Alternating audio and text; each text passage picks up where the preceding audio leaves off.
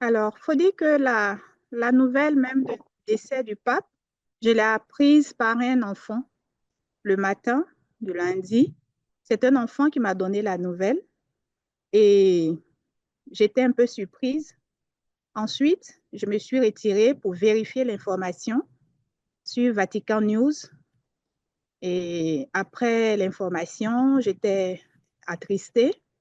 Je me suis posée et au fond de mon cœur, j'ai dit, Seigneur, il a vraiment accompli ta mission.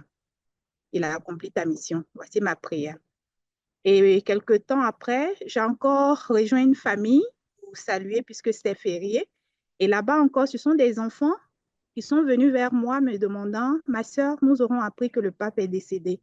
Alors, j'avoue que pour moi, ce sont des signes, que ce soit des enfants qui me donnent l'information et des enfants qui me posent la question. J'ai compris que le pape, en fait, il était vraiment pour tous. Il était à la fois pour des adultes, pour des jeunes, pour des enfants, pour des femmes et pour tout le monde. Pour moi, ça a été un signe très fort. Je retiens du pape que c'est celui-là qui a lu les évangiles, qui a médité et qui l'a vraiment incarné dans sa vie, en fait. Donc, voilà ce que je peux vraiment retenir de cet homme. Aussi à travers des actes concrets qu'il a posés. Je me rappelle pendant le synode, j'étais vraiment surprise de voir, par exemple, tous ces sans domicile, non, ces immigrés à Rome, logés dans des tentes sous les colonnades du Vatican. Pour moi, c'était vraiment un signe très fort, comme j'ai dit tantôt, de quelqu'un qui vit vraiment l'évangile au quotidien et qui le témoigne à travers des actes concrets. On dit que l'évangile, c'est le Christ en fait, c'est pas que des paroles. Et donc, marcher à la suite du Christ, c'est également faire comme il l'a fait.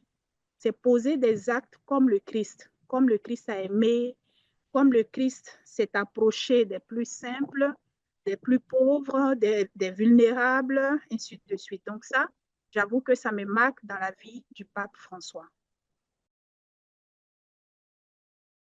C'était lors du synode où pour la première fois, j'avais, je pourrais dire, un contact euh, physique, n'est-ce pas, avec le pape, où on a eu l'occasion de le saluer.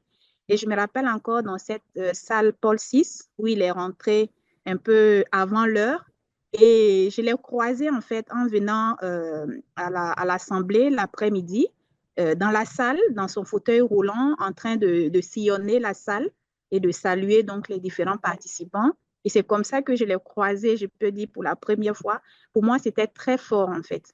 C'était fort de voir comment cet homme était vraiment d'une grande simplicité, d'une certaine proximité et beaucoup d'humanité, en fait.